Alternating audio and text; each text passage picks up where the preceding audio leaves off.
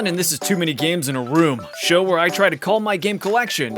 And this is episode 8, the Hidden Role Games episode, all about those games with hidden identities. She doesn't even go here. So here's the question. What is a hidden role game? Simply stated, it's any game in which you're not sure who or what someone may be. Perhaps the earliest and most popular rendition of a hidden role game may be Indian poker. A typical game of poker, but you don't even know what card is on your stinking head. This simple concept of deductive reasoning to figure out who or what you or someone else is has spawned a slew of games. And here is my game collection of hidden role games. One might ask, Alan, why do you have so many games of a single mechanic? Well, I don't. Hidden role games as a genre is a fickle beast. Many may argue that some of these games you're looking at don't belong on the table of hidden role games. You can have a hidden role game that is in a poker game. You could have a card drafting game that is a hidden role game. You could have a dice game that is a hidden role game. In fact, there's so many ways you can make a game that simply has a hidden identity as a mere part of it. There's plenty of hidden role games out there that I do not own. So today we're going to do our best to kind of categorize these. Is it a hidden role? Is it a traitor mechanic? Is it social deduction? Let's break these down and find out if I'm gonna keep these ding-dang things or if I'm gonna sell them and use half of my proceeds to donate to charity. Join me as we go through this hidden role adventure together.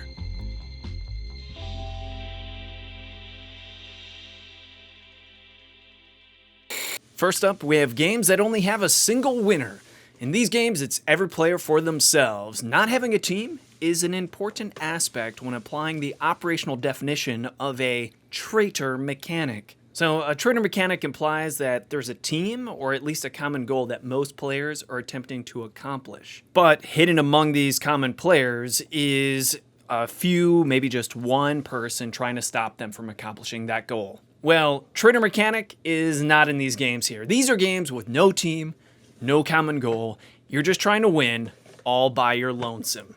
So the first two games I pulled out here are Hide, the hidden identity dice game, which is pretty obvious it's a hidden role game because it has the word hidden identity in its name. But then there's Telepathy, Magic Minds. My apology for holding it upside down here. My bad. But Telepathy, Magic Minds is actually one of my favorites, so I'm definitely going to be swiping right on this one, keeping it. Plot spoiler. In Telepathy, Magic Minds, two players race head-to-head to see who can be the first to correctly guess your opponent's secret square. So you're going to be using deduction, logic, and kind of like this battleship dry erase board to mark off places you've already guessed. Secret squares are defined by 4 variables. They're defined by the symbol, the color, the row, and the column.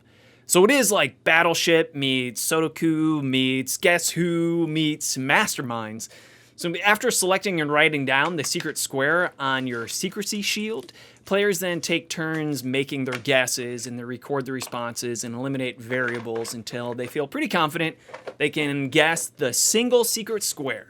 Do that, you win, you're wrong, you lose. It's pretty cool. I love it, and it kind of replaces Guess Who and Mastermind and Battleship all in one for me. So I definitely would play this game over any of those other games. Hands down. I once stayed up until like 4 a.m. playing this with my cousin RJ. Super fun time. Definite swipe right, keeping. We're going to play this again. So next up is Hide, Hidden Identity Dice Espionage. I know I mentioned Mastermind already, but basically Hide is multiplayer Mastermind. It is a spy-themed dice game based on total deduction. You combine information disclosed as the game goes on, and you try to figure out who other players are. And this is pretty much what all of these games have in common on this table right now. Figure out who someone is. If you successfully figure out who someone is, you eliminate them.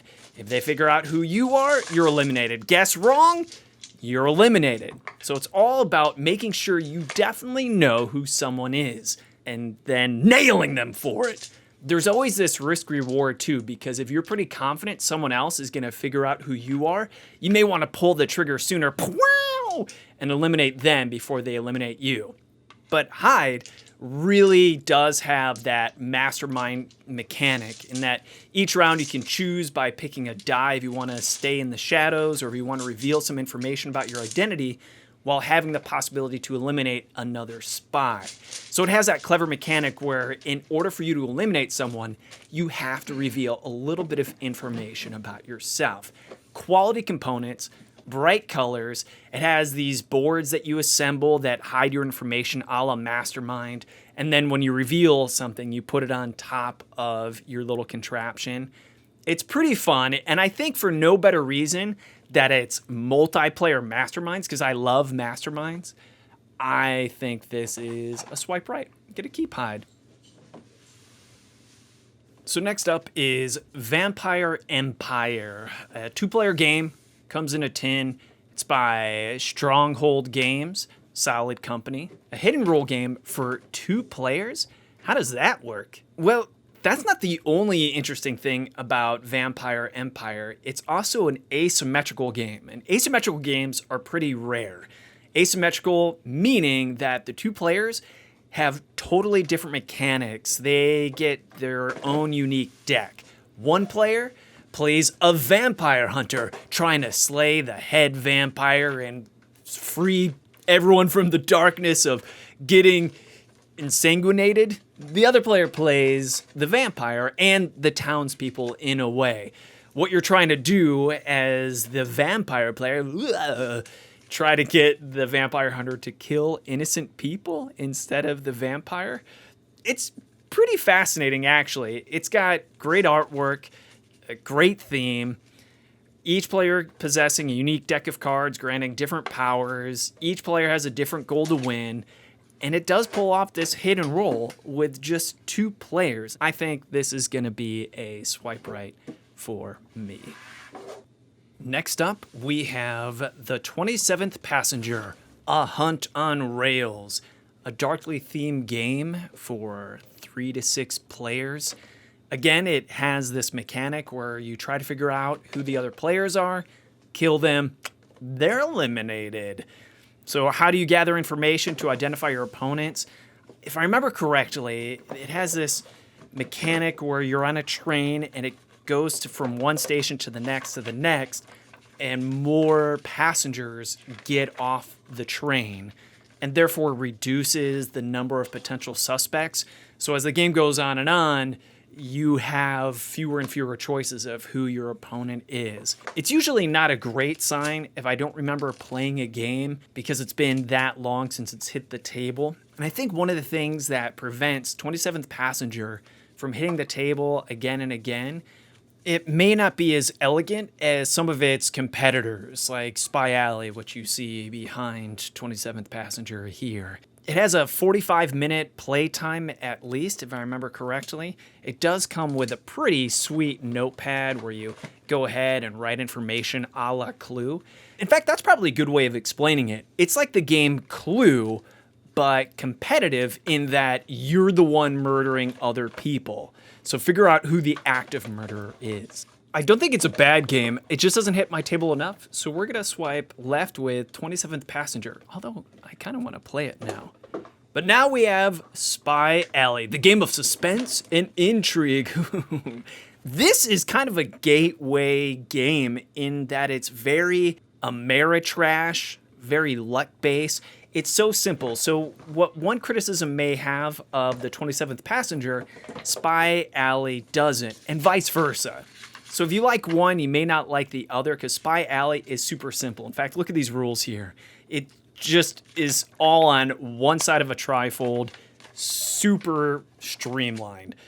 Long story short, you roll dice, you land on spots, you get cards, and you try to figure out who your opponents are to eliminate them. Again, this is going to be repetitive because all these games have the same mechanic. Figure out who your opponents are without them figuring out who you are.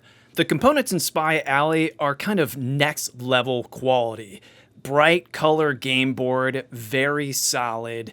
When we look inside, you can see that it has pegboards instead of the typical notepad to keep track of your information and abilities you find. It plays up to 6 players. Each player represents a different nation. Are you the German? Are you the French? Are you the American spy? The quality of the cards is insane. They are credit card plastic. They're not only just plastic, which can be flimsy and thin. No, they're thick plastic credit cards. And that's what they use for your identity cards. I'm going to go ahead and say Spy Alley is a swipe right because it's so easy to teach and explain. Not the best game, but a solid time nevertheless. Anytime we play Spy Alley, we kind of wish, man, that would be great if there was more depth to it, which is probably 27th Passenger. So it's almost like you can't win. Spy Alley's too simple, 27th Passenger too deep and hard. I don't know. Still swipe right. But here's Werewolf. Again, the classic mechanic. Figure out who everyone else is before they figure out who you are. We already featured Werewolf in our Shelf of Shame episode, and it was a swipe left. And now you can kind of tell why it was a swipe left, because there's so many games with this figure out who someone else is mechanic that I'm not sure if it can compete. Now let's look at Monster Party Voodoo Madness. This game's from 2016. It's for 2 to 6 players, which is interesting that you can play it with 2 players. It does feature monsters having a party, but realistically, you play the part of voodoo dolls. So each player's a voodoo doll trying to discover the opponent's identity, blah, blah, blah, blah. Same mechanic we've been talking about this entire time. And the game's played in rounds. On your turn, you draw cards from a deck of cards with several objects that you'll use to attack your opponents. I'm going to tell you right now, this one is definitely a swipe left for me because I found that it was way too clunky compared to its counterparts. You might like it if you prefer the monster theme or the artwork, etc. There's also action cards in this one, so you can use objects to block your enemy's attack, for instance. Different items like holy water and crosses, etc. So if that floats your boat, this one might be for you. Not for me. It's going to be a swipe left. So let's talk Masquerade. Masquerade? Masquerade? I don't know. Interesting spelling on this one. It plays from 2 to 13 players. So it's definitely one of these larger player counts. And I do remember playing with the full 13 players. You start with 6 coins and you're randomly dealt a character card, and the characters stay face up just long enough for players to more or less memorize which characters are in play. Then you turn those character cards face down, and your goal is to be the first player to hold 13 coins. Now, the interesting thing is the art is so magnificent in this game. Sean, my business partner from Tuesday Night Games, buy all of our stuff. We have this conversation about how it's almost tragic that there's such wonderful artwork that you mostly never see in the game because those cards stay face down almost the entire time. It's relatively elegant in that on your turn, you only have 3 choices, 3 actions that you can do. One of those things is you secretly look at your character cards so you know who you are. One of them is you swap cards or not, so you can take another player's card and swap it around. And then the last one you can do is you can actually announce your character, telling everyone who you are, and you claim the power of that certain character, and you take the associated action. But you don't reveal your character when you announce who you are.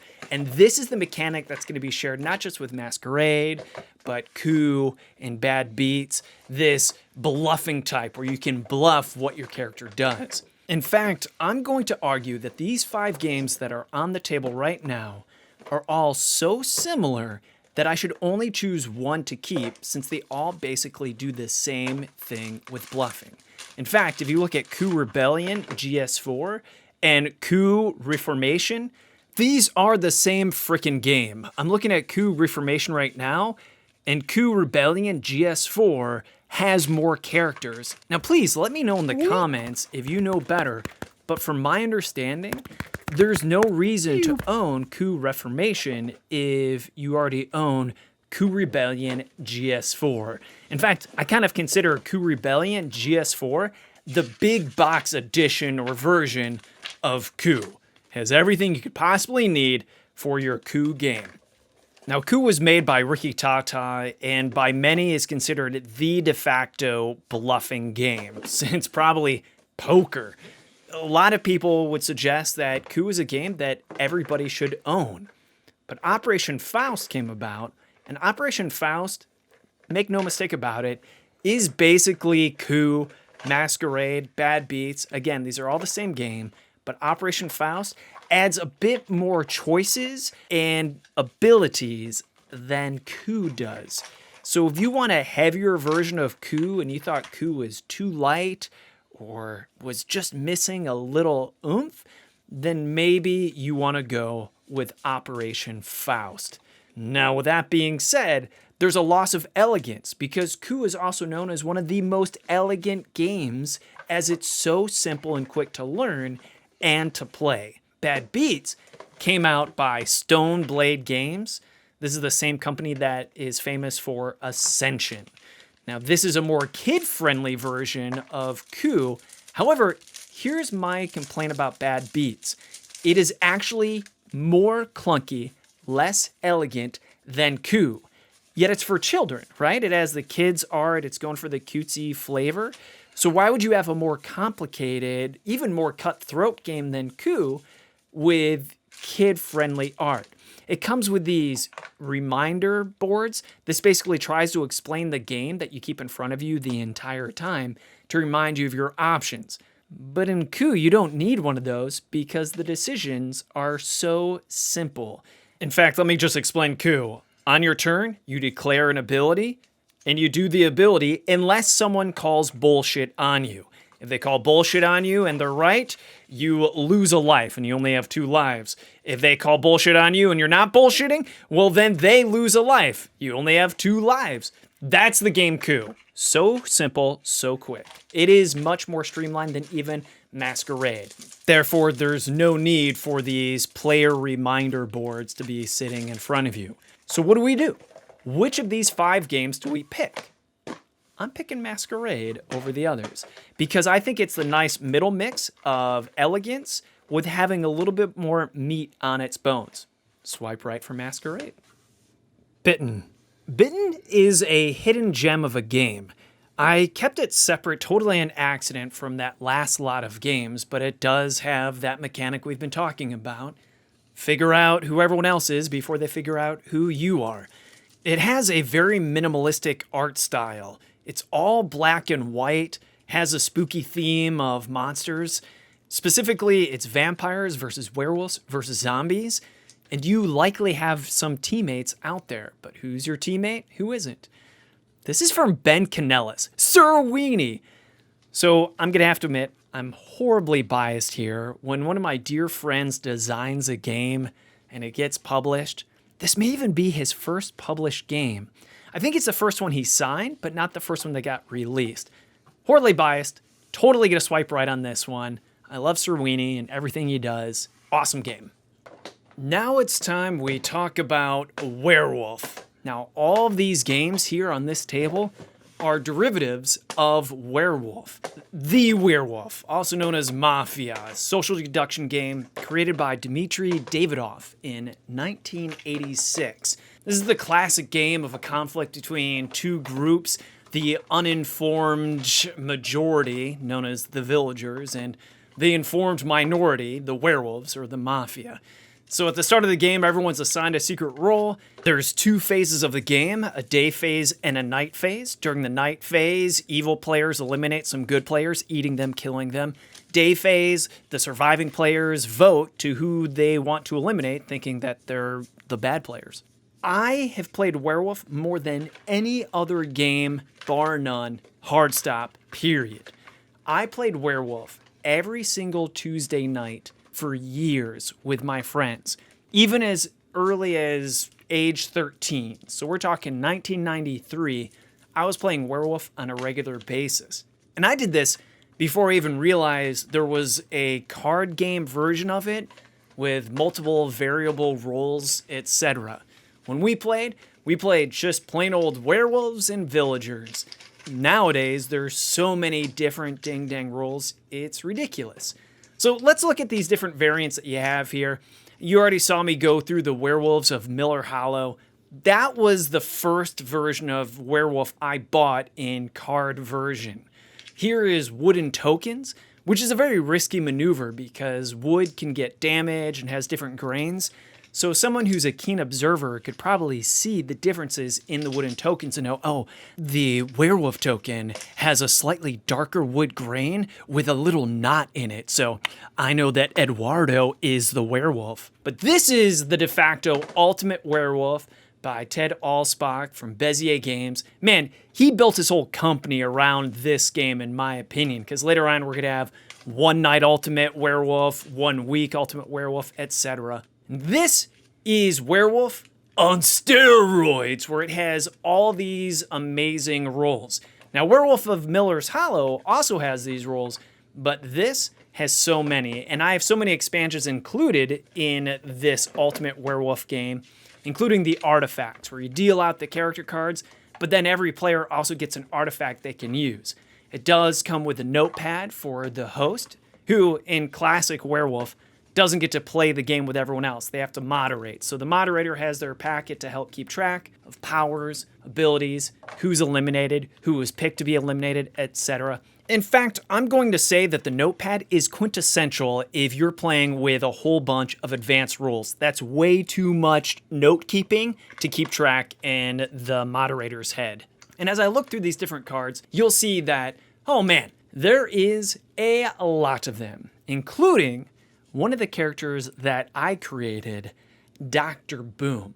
Now, Dr. Boom, way back when we started Tuesday Night Games, buy all our stuff. Dr. Boom was this character I wanted to be the nemesis to our mascot character, TK, the Tuesday Night. You've seen TK all over the place. He's in our logo. He's in the beginning and end of all these TKtv episodes. TK, the Tuesday Night. But he has his nemesis, Dr. Boom, and that's why Dr. Boom shows up in a whole bunch of different games. Here's like my little point of pride as a side note. Dr. Boom, his ability is a very prominent ability in Ultimate Werewolf Legacy. His ability is when he's eliminated, so are the people sitting next to him or her or them. Now, Dr. Boom's not in Ultimate Werewolf Legacy, but his ability is. Enough about Dr. Boom, getting back on track. Werewolf has a huge following. If you go to any con, I can almost guarantee there is a group of people playing Werewolf somewhere every night. The question is, which of these versions are they playing? Chances are good it's Ultimate Werewolf, or Are You a Werewolf, which I don't have, by Looney Labs. This is Wolfed. Wolfed is the version with, by far, the most insane, beautiful art. Take a look. It comes with this art book because this is masterful work here. So maybe if you want to play Ultimate Werewolf instead of getting Ted Alspach, you go ahead and you get Wolfed. And look at this. Because I was a backer, they wrote my name on this. That's one of the benefits of kickstarting some games is you get a little bit of a personalized feel. Again, I can't emphasize the quality of Wolfed. These cards are thick and they're much bigger than regular playing cards. I don't even know what you'd call these size cards. I'm just calling them bigger than poker size playing cards. So there's Wolfed, a beautiful version of your werewolf game. All right, let's go foreign here. Pyrocon, not sure how to pronounce this because it is Polish. It is the Polish version of Werewolf. You can tell because it's not in English, it's in Polish. I don't understand what these rules are saying here. If you speak Polish, then maybe you know all about this. But here's the weird thing. It is not a werewolf game. It's a were-goat game where you have your regular characters with their special abilities, but then you have creatures that turn into goats when it's a full moon. What is this, like a dragon goat, wizard goat type of? I have no idea. It's Polish. I got it because we have a Polish publisher, publishes our games in Poland for us. Pretty interesting stuff. Let's move on to the German version of Werewolf. Now, I say German, it's actually in English here, but if you look, it's all about the art. This is very simplistic, German traditional artwork here. It almost has this flat art feel to it. I think it's really pretty. It's very minimalistic. Not a whole bunch of different characters in here. They have male and female versions of the villagers, male and female versions of the werewolves. Nowhere near the amount of special characters as Ultimate Werewolf. In fact, of all these games here, Ultimate Werewolf has the most variety of special character cards. But I do love this simplistic, traditional artwork. So if you're a big fan of the artwork here, and you want the most portable version of Werewolf that you can have, this is your version. Because man, you can simply put it in your back pocket and go. Unlike all the other ones here, even Werewolves of Miller Hollow, that has those big square cards. Can't put that in your back pocket, no sir.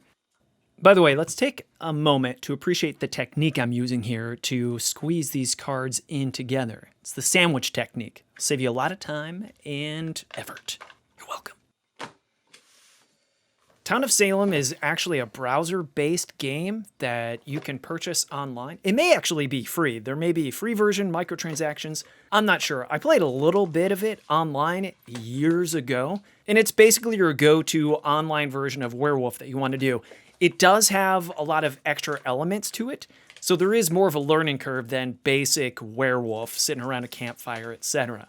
And this is the card version of it. I haven't even opened yet. I don't even know why I bought this.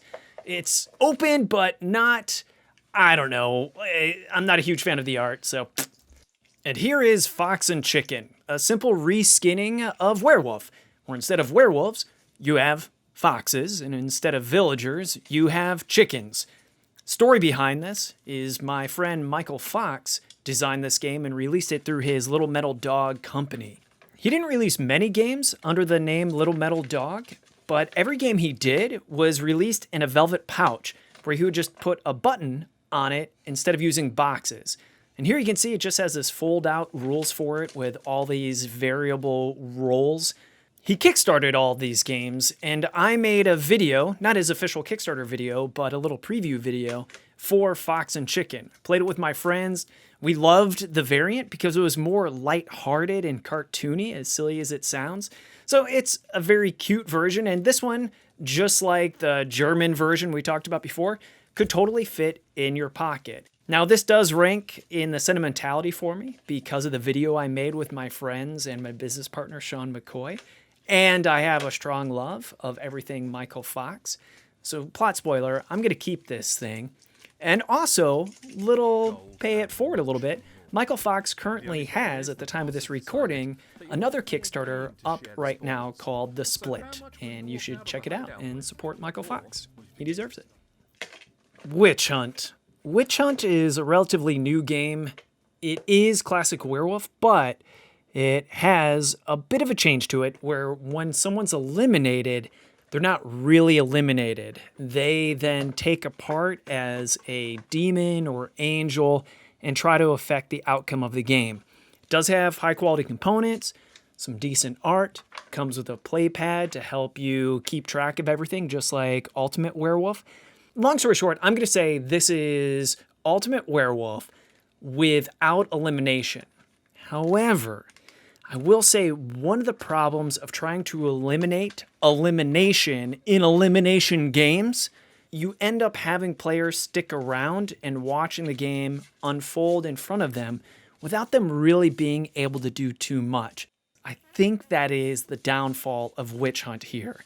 So imagine Ultimate Werewolf, when you get eliminated, you're not allowed to leave. You can't just go enjoy another game of something. Instead, you have to stick around and try your best to minimally affect the rest of the players that are still in. There's probably better versions of this avoiding elimination.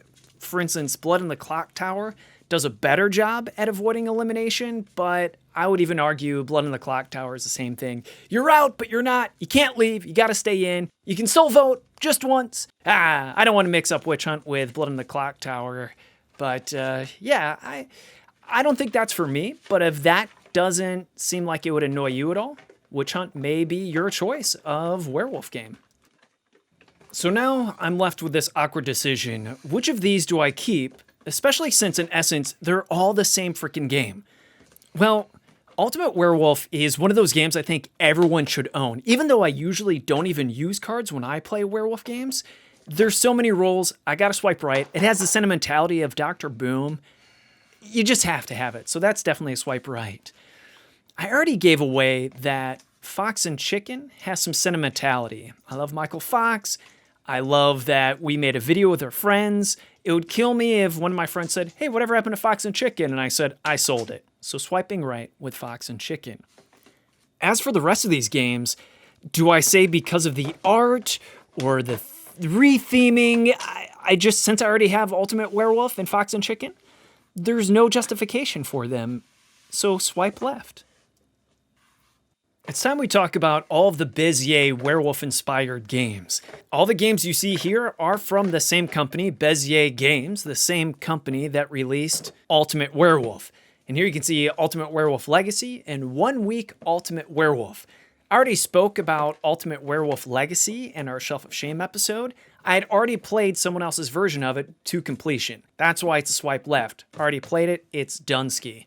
But now, we should talk about the rest of these games and the slight variations they have on this Ultimate Werewolf formula. I love that the games all have about the same size box.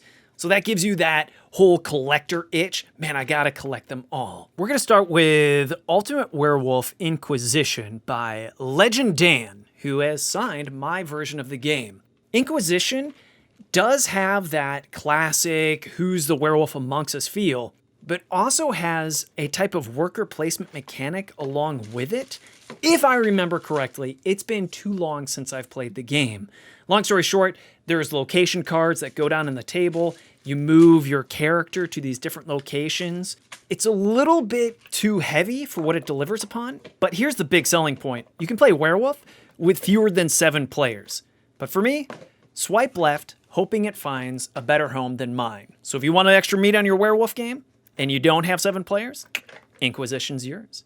One Night Ultimate Werewolf kind of does what Inquisition may have tried to do, where you can play a full werewolf game with fewer than 7 players.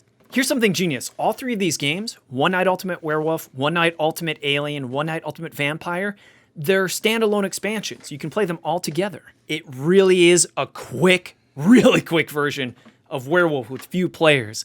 Lots of great late nights laughing with friends. But man, I'm torn. Do I swipe left? Do I swipe right? Here's why I'm torn.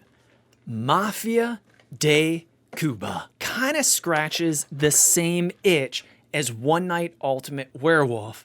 They're different games, but similar enough that I feel I should keep one or the other.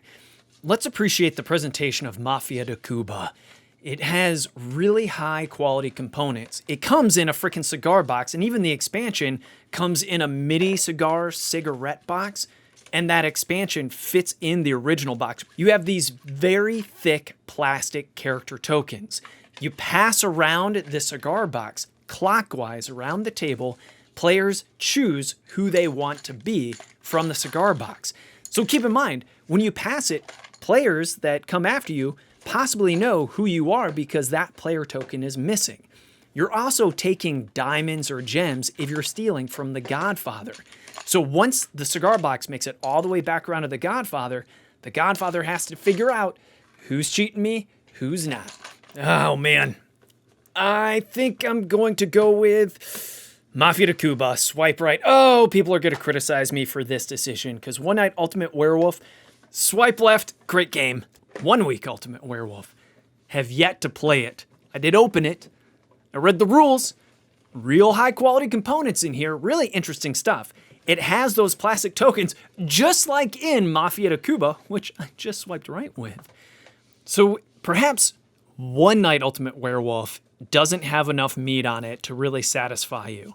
You want a longer game instead of playing this quick, almost micro game again and again and again. So you decide, I'm going to go ahead and I'm going to get 1 Week Ultimate Werewolf. From what I read in the instructions, 1 Week Ultimate Werewolf really is a board game meets the social dynamics of Ultimate Werewolf. So in a way, I think it's cannibalized Ultimate Werewolf Inquisition. Because Ultimate Werewolf Inquisition felt a bit like a board game meets werewolf, but this one really does it, especially with this treasure trove of components. If you look at these rooms, you're assembling Ludwig Castle, which is another game by Bezier Games, by the way. I like how they're implementing this world of Bezier Games where one game's location is incorporated into another game. Pretty clever, Ted Alspach. But again, appreciate what you're looking at here as far as how thick these components are. 1 Week Ultimate Werewolf, more expensive than Inquisition, for obvious reasons, but I think I'm gonna swipe left. Oh my goodness, why am I swiping left? Because if I wanna play a board game, I'm gonna play a board game. If I wanna play Ultimate Werewolf, I'm gonna play Ultimate Werewolf. Call me crazy. Werewords. This game pisses me off. I'm gonna go on a bit of a tangent here, and I want you to go along with me, and it's not for the reasons you think, because Werewords came out shortly after the game Insider. Both of the games are very similar. You could say that it's a hidden roll version of 20 questions. Someone knows a word and everyone else has to guess that word, asking yes or no questions. Insider has that mechanic and Werewords has that mechanic. So Ted Alspach, the designer of Werewords and the owner of Bezier Games, was highly criticized that he came out with a game so similar to Insider right after Insider came out. No one criticized him more than Oink Games, publicly, Twitter wars, etc. But that's not what pisses me off. In fact, Ted Alspach came onto the Tuesday Night podcast and talked about how this was just simultaneous design and he reached out to Insider. And there are enough differences between Werewords and Insider that they're not the same game. But this isn't what pissed me off. I don't think there's any thievery going on here. No, what pissed me off about Werewords is right after Werewords came out, he came out with the deluxe edition, which has prettier art, prettier components. Why? Why rush it, Ted? Why did you rush Werewords? It really makes you look more suspicious. So swipe right on Insider and Werewords, at least not the deluxe edition. We're gonna go ahead and swipe left. So speaking of games that are the exact same game, here's 3. They're near exact. The Resistance, Avalon, and Moriarty's Machinations. The first one out was Resistance. Avalon here, still in its shrink wrap. I don't know how Lindsay, Isaac, and Crystal missed that out in the shelf of shame. But we're going to start with Resistance since chronologically it was the one that came out first. This is by Don Eskridge, really great guy. He was on an episode of the Tuesday Night Playcast. Really great guy, really brilliant designer too. I appreciate him. And this is the version that you're looking at that I bought way when it first came out. Story time. I was actually hired by Indie Board and Card Games. This is before Tuesday Night Games existed. And I worked the booth for them, selling as many copies of The Resistance as I possibly could. Therefore, I've played countless games of The Resistance. Now, The Resistance is brilliant in a follow-up to Werewolf because it legitimately does not have any player elimination, and legitimately, everyone is still very involved with the game until the very end. However, the big criticism of The Resistance is that it is the friendship killer. I've seen so many knockout, drag-out fights with The Resistance. Now, Moriarty's Machinations is the same thing as Avalon. What is Avalon? Avalon's kind of like the next level of The Resistance, because in the classic Resistance, you have just 2 possible characters. You're either Resistance or the Spies. That's it. And so the Spies are trying to sabotage the Resistance. Well, Moriarty's Machinations and Avalon, they take that to the next level where there's actual characters like Merlin and Lancelot and Guinevere. It's themed after Camelot. Moriarty Machinations, same thing as Avalon, except now it's themed Sherlock Holmes style. Are you Sherlock Holmes? Are you Watson? Are you freaking Lestat? What's the name of the cop? I don't know. I should really look this stuff up before I start rambling on these videos.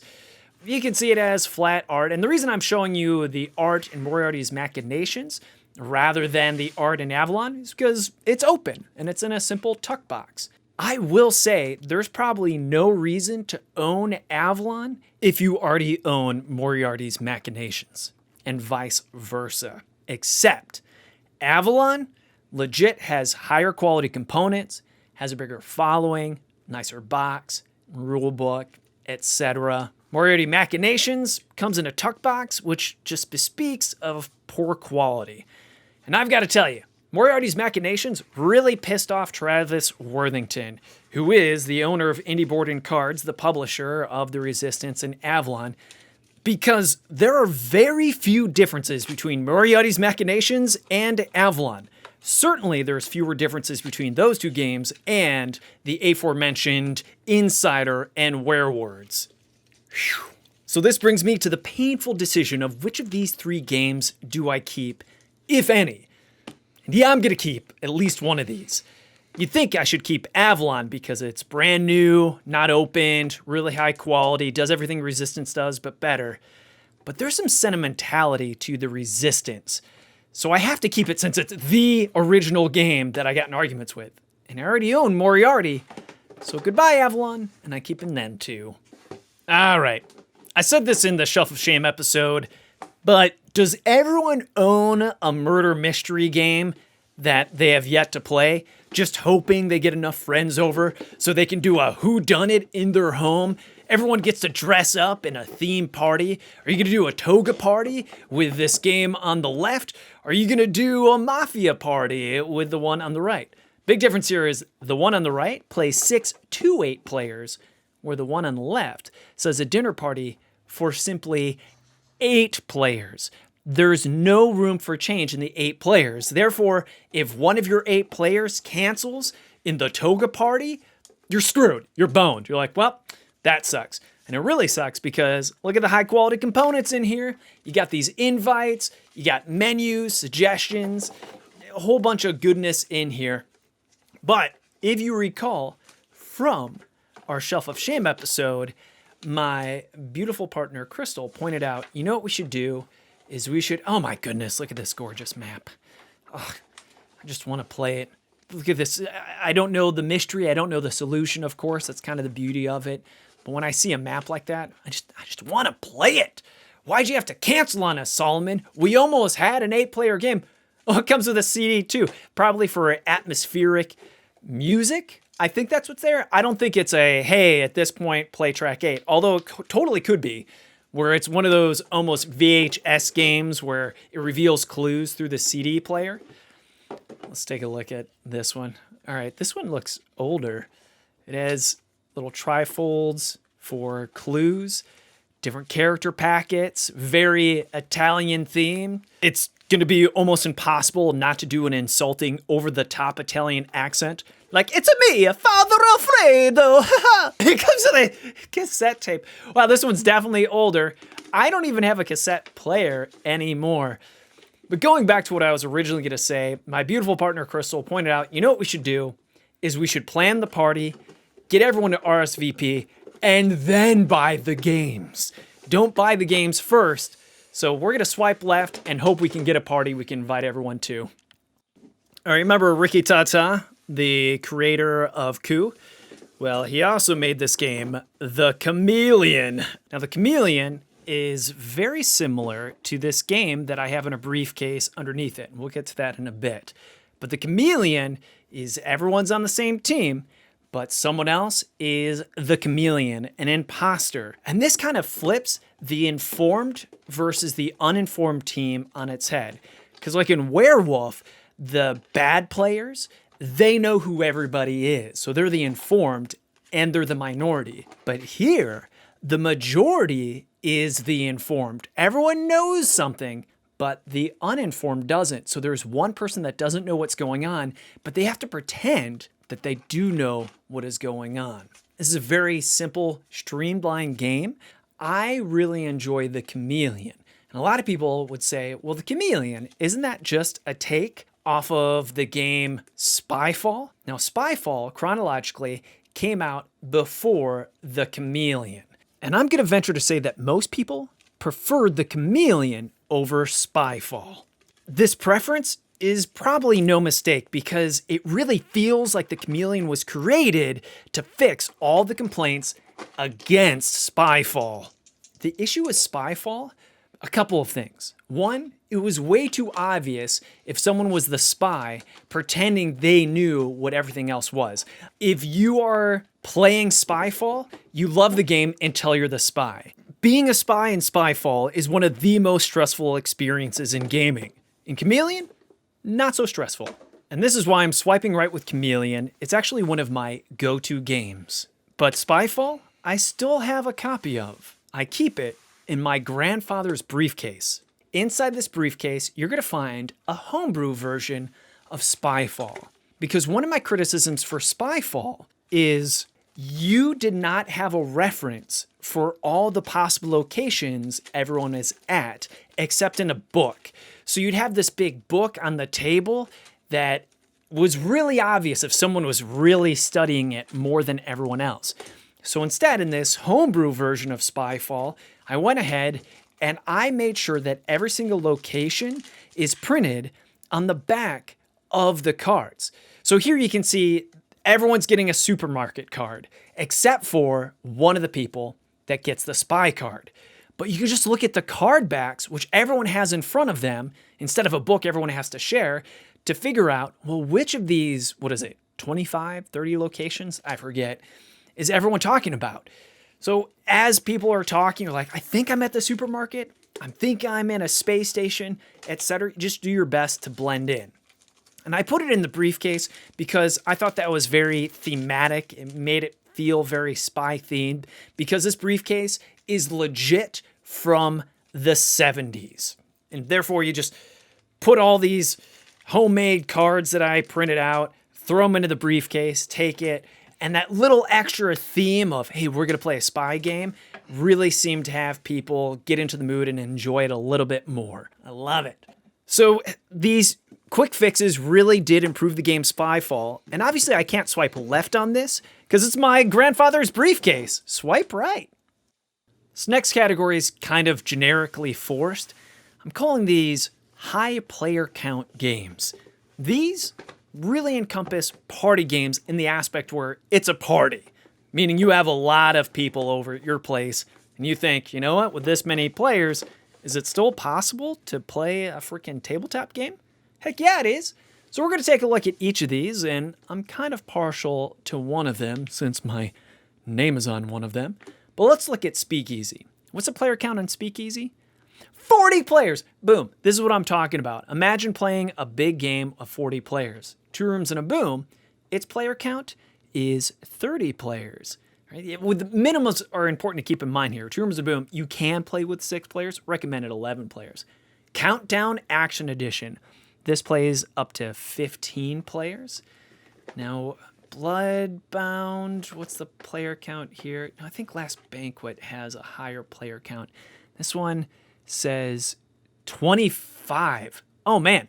So that one's even more than Countdown Action Edition. I was trying to do these in the descending order of player count. Bloodbound, I think, has a maximum of, where is it at? Oh, 12. It's on the front cover. 6 to 12 players for Bloodbound. Now, 2 Rooms and a Boom. I am very partial to this game because I designed it with my best friend, Sean McCoy. This is one of the games we sell. This is kind of our evergreen. It keeps the lights on at our place. You can go ahead and buy it at our website, Tuesday Night Games. Plastic cards. Why do we have plastic cards? Because you are constantly messing with these cards. They go in your pocket, out of your pocket, etc. Here's a little trivia for you. There's actually 2 different versions of 2 Rooms and a Boom. The first print and the second print. And you can tell because the first print has larger leader cards. But obviously I'm swiping right for 2 Rooms and a Boom. Let's talk about Speakeasy. We already talked about this in the Shelf of Shame episode. Swiping right with Speakeasy. Hope I can play it with 40 players sometime. Countdown Action Edition. I am very partial to this game as well. You know why? Made by Lindsay Rode, or as I affectionately know her, Buttface McGee. She's one of my best friends, a brilliant designer. One of the reasons I love this game is because of the theme and the art. It is so 80s fantastic, it just oozes with personality. The big selling point for Countdown Action Edition is it really has the most role-playing in one of these games that are on the table here. So cool. All the players sit around in a circle in chairs pretending they're tied to the chair by some crazy maniac trying to blow them up. And you get to act like a pro wrestler or a news reporter or a captain of a starship. It's pretty brilliant. Besides the fact that it's by Lindsay Road, I'm definitely swiping right because I love how hilarious these games can be. The Last Banquet is not even opened. We talked about it in the Shelf of Shame episode, and plot spoiler, it was a swipe left. Gotta sell that. Bloodbound, we have played. I've played it with a group of friends several times over when it was brand new. It hasn't hit our table in years. It does have the Fantasy Flight components, which are really solid tokens, quality, real thick tarot cards. Comes with this knife, which is a part of the game. You could actually hurt someone with it. It's really thick. Anyway, for us, the game was just a little too clunky and too heavy for what it did. So I want something that's a lot quicker and more streamlined. Swipe left with these Fantasy Flight games. All right, here's a game that doesn't even belong in this episode. Betrayal Legacy. The original game being Betrayal, House on the Hill. This game has the word betrayal in it, but there's no hidden roles. You're all on the same team, and then halfway through, boom, someone becomes the betrayer. But you know who it is. And the game's very unique every time you play it based upon what happens. And the cool thing about Betrayal Legacy is that once you're done playing, it acts as a regular game of Betrayal. So I have yet to play Legacy. I have played Betrayal. I'm looking forward to playing. This is a hard swipe right for me. Oh man, I'm keeping too many of these games. Woo! Leaders of Euphoria and Good Cop, Bad Cop. We talked about Leaders of Euphoria in our Shelf of Shame episode, all about the games that are unopened. And Leaders of Euphoria comes with this promo card here, but it is Good Cop, Bad Cop. It's just another version of the game you see here on the right, Good Cop, Bad Cop. Now, I have played Good Cop, Bad Cop, and have great memories of playing Good Cop, Bad Cop. And again, we already talked about this because it's impossible to talk about Leaders of Euphoria without also talking about Good Cop, Bad Cop. But I teased that my beautiful wife, Crystal, is in the game Good Cop, Bad Cop. And there she is. Look at this card. How can I swipe left when my wife is in this game? Some people say, aren't you in the game too, Alan? Why just your wife and not you? Well, I am in the game because check this out. Once this camera focuses, you're going to see that I'm there in her tattoo. That's my face on Crystal. So both of us are in this game. It's a really good classic hidden role game, trying to figure out who the bad cops are. And you do it with a clever mechanic of every player has 3 cards in front of them. They could be good cards, bad cards. Whatever is the majority is the team you're on. Swipe right, Good Cop, Bad Cop. Swipe left, Leaders of Euphoria. Time for some controversy. Here's the very popular hidden role game of Secret Hitler. Secret Hitler takes Werewolf and Resistance to the next level. It's very Resistant-esque, as in there's no player elimination. Well, that's not true. There is some player elimination, but not always. And by the time a player gets eliminated, there's very little time left in the game. So it really is this Venn diagram overlap of Resistance and Werewolf. But man, it just reeks of style. Look at how quality this game is. This ridiculous thematic rule book, these really thick boards, which are double-sided. And in this game, it's the liberals versus the fascists. And the fact that it's called Secret Hitler is where the controversy comes in. Hitler, pretty evil dude. Going on with the quality components, you got pure wood boards as reminders. You actually pass these wooden boards around. They have cheat sheets on the back of them. I mean, no joke, these are solid wood.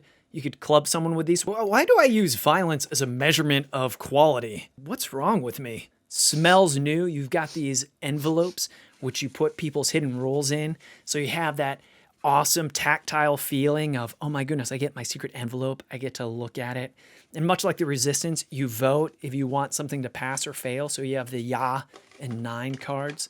But again, here you have the liberals and fascists, Secret Hitler. Very upsetting to a lot of people For good reason, because it is very arguable that you're making light of or celebrating the fascism of Hitler's reign. And that's no good. Now, many people would argue, are you suggesting that if I enjoy or play Secret Hitler, I'm pro-Hitler? That's insane. But that isn't the core argument. The core argument isn't that you're pro-fascism, it's that you don't care about the insensitivity and the effect it may have on others. Now, where do I side on this? I really respect and try to understand both sides. But at its heart, it's a great game.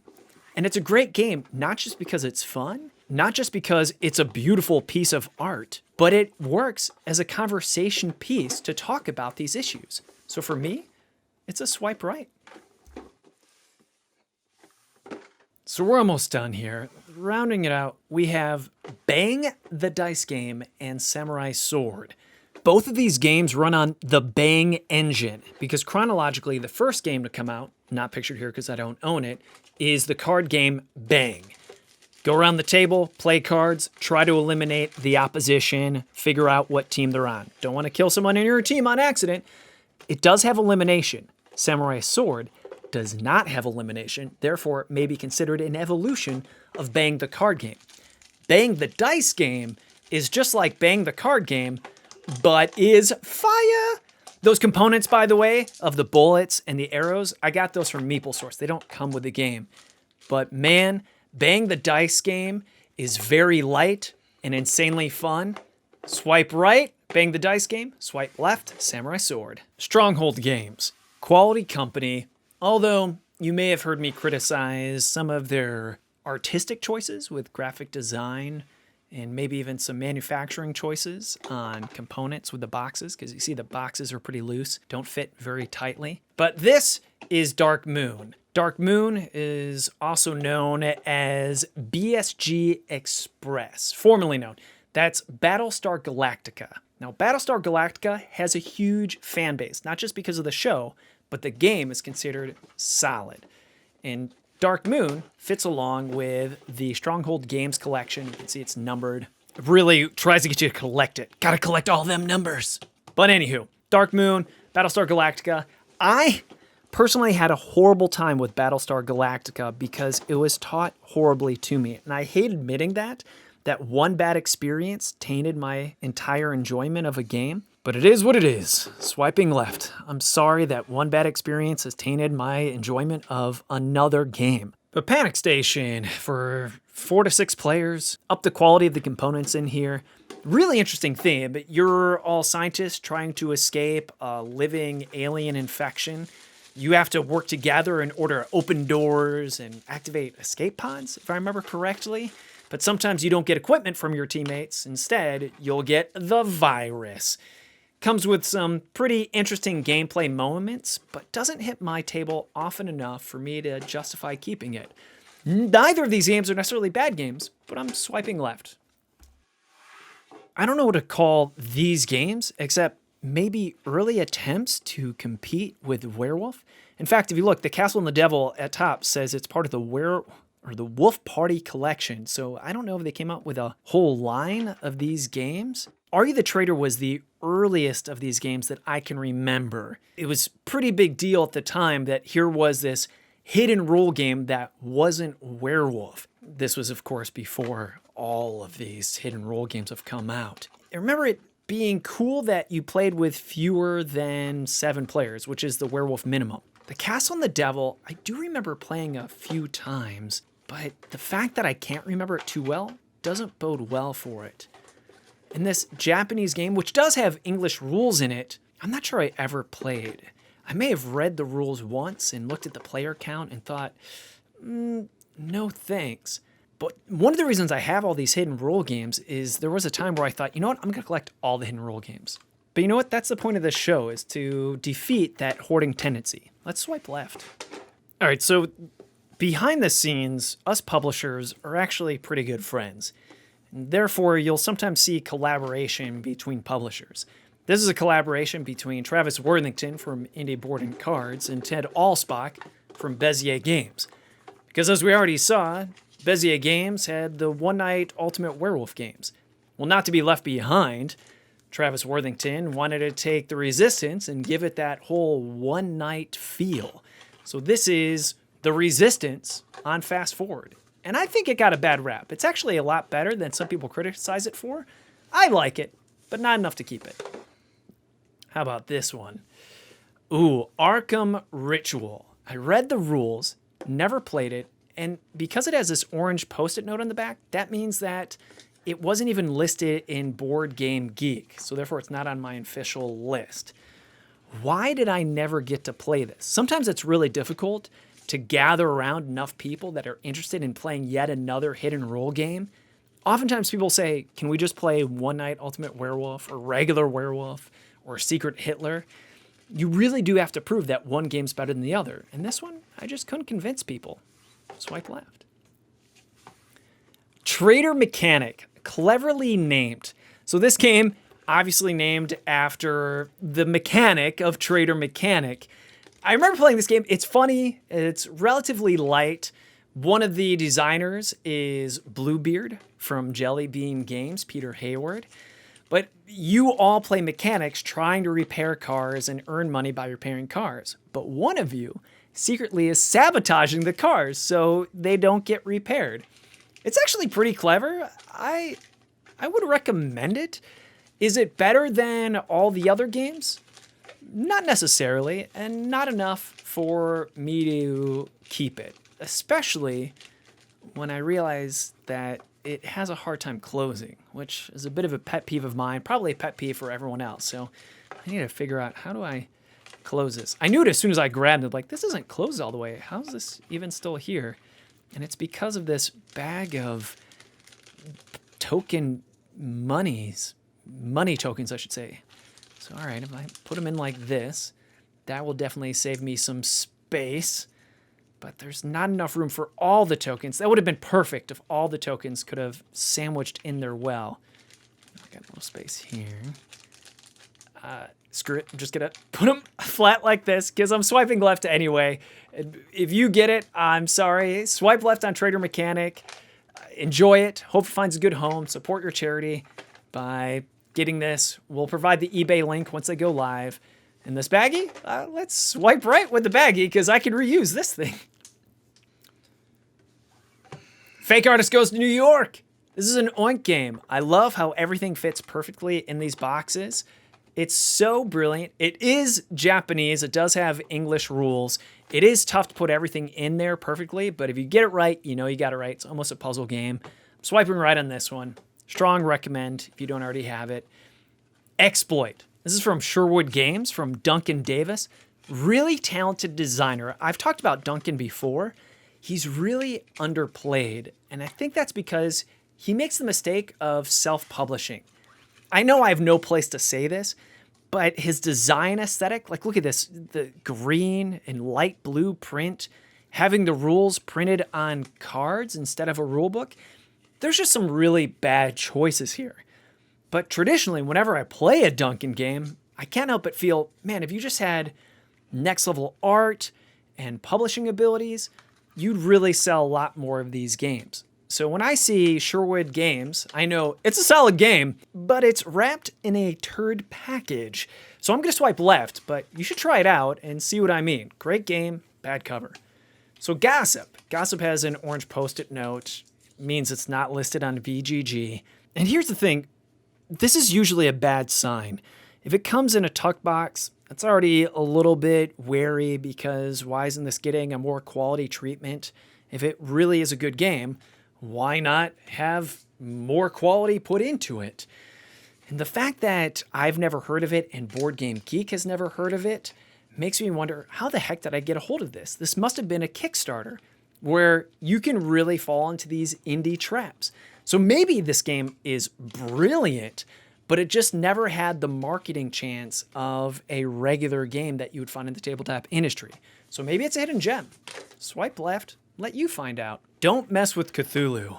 What can I say about Don't Mess with Cthulhu? It's 4 to 6 players. It plays relatively quickly. I've had a lot of fun, and because of the ease of learnability and the amount of fun you have in a short amount of time, it really has that playability factor, hitting my table again and again. It does have that Cthulhu H.P. Lovecraft theme, which is another problematic theme, because H.P. Lovecraft, not a good person.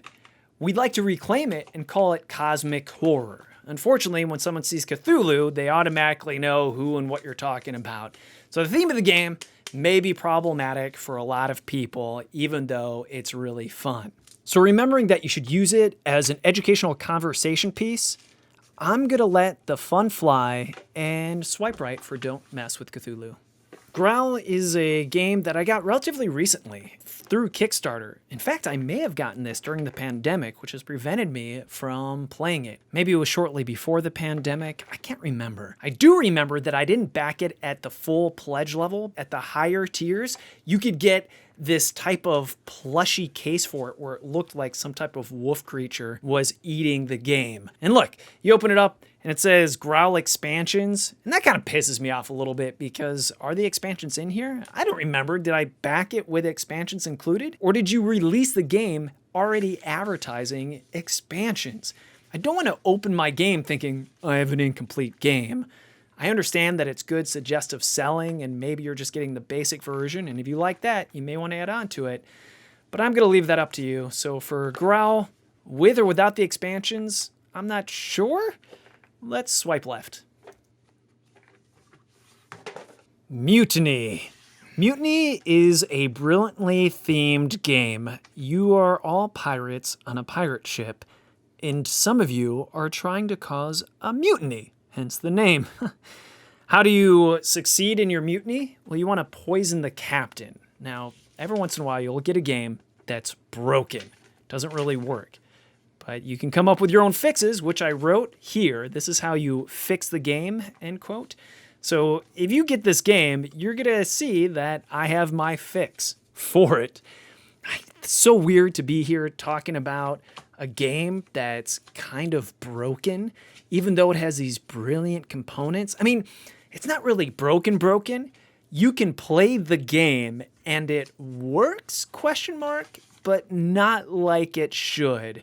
You go around the tables, seeing who's going to eat the meal, who's not, and hopefully the captain lives if you're one of the good pirates, captain dies if you're a bad pirate. But I remember we had a lot of fun with it, fixing it. That was the most fun about it, is that we fixed the game. Time to pass on that love. Maybe the fix you'll come up with will make the game even better. And knowing that it needs a rubber band to hold it together, because otherwise it'll just instantly open and spill everywhere. But Mutiny, swipe left. Maybe it's Poison. Maybe it's Maybelline. Maybe it's Poison really is similar to Mutiny, I think. I've yet to play Maybe It's Poison. It has an adorable aesthetic. Maybe it's fixed. Has a solid player count here, so you can get few players or many players. So I like that variability. How good it is, I can't tell you. But what I can tell you is, look at these cool coasters it comes with. And it's not just poison. They have snakes and spiders and regular poison. And you pass around the tea trying to figure out if your tea is poisoned or not. So I like that whole concept of having this dinner of doom. But does it pull it off well? I don't know. I do love the aesthetics. Is it good enough for me to keep? Am I curious enough that I want to hold on to Maybe It's Poison? Nah. Let's just pass it on and someone else really enjoy this game. Whew. Finally, thank you so much for being patient with me, but we've made it to Get Adler. Get Adler, we covered in the Shelf of Shame episode because I have several copies of it. One of which is signed by the designer, Randall, who owns and runs Caper Games. Quality components in here. I love it. And I put some shrink wrap versions in the Shelf of Shame. Has the guess who type of mechanic in the beginning, where you try to figure out who Adler is. But then once you figure out who Adler is, the game isn't over. It switches mechanics, and now you've got to catch Adler. I really like that, because I actually like movies that have type of dual themes, kind of like Dusk Till Dawn, where you think you're watching some type of caper, but then it turns into a vampire movie, plot spoiler. Or Psycho, you think you're watching some type of caper, but then it turns into a horror movie, plot spoiler.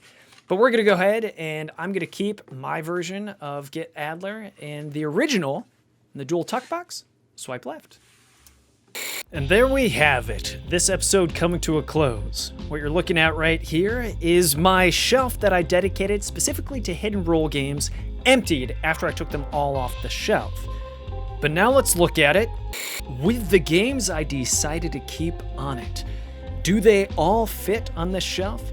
Keep in mind, there is that row I dedicated to just 10 games. We'll have another episode where I decide to keep or call the 10 games. Now that I look at all these hidden role games I decided to keep, some of which I didn't have time to cover, for instance, New Salem, beautiful game, so glad I kept it, but I'm thinking I need to trim it a little bit more. So I'm gonna get rid of Hide. I don't think I'll play it enough.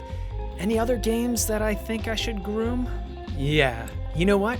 When it comes to two-player games, I can think of a lot of really cool two-player games like Plato 3000, so I don't need Vampire Empire. Plus, it gives me room to put my Oink games on the shelf. Anything else I want to trim? You know what? I don't think I'll have enough players for Masquerade, and this one I'm probably going to regret getting rid of because now I don't have any coup-like games. But with that, I think my collection of hidden role games is complete. What you think? Am I crazy? Would you keep more? Would you get rid of more? Let me know in the comments. Share the shit out of this episode. Like, subscribe, and tune in next time for Too Many Games in a Room.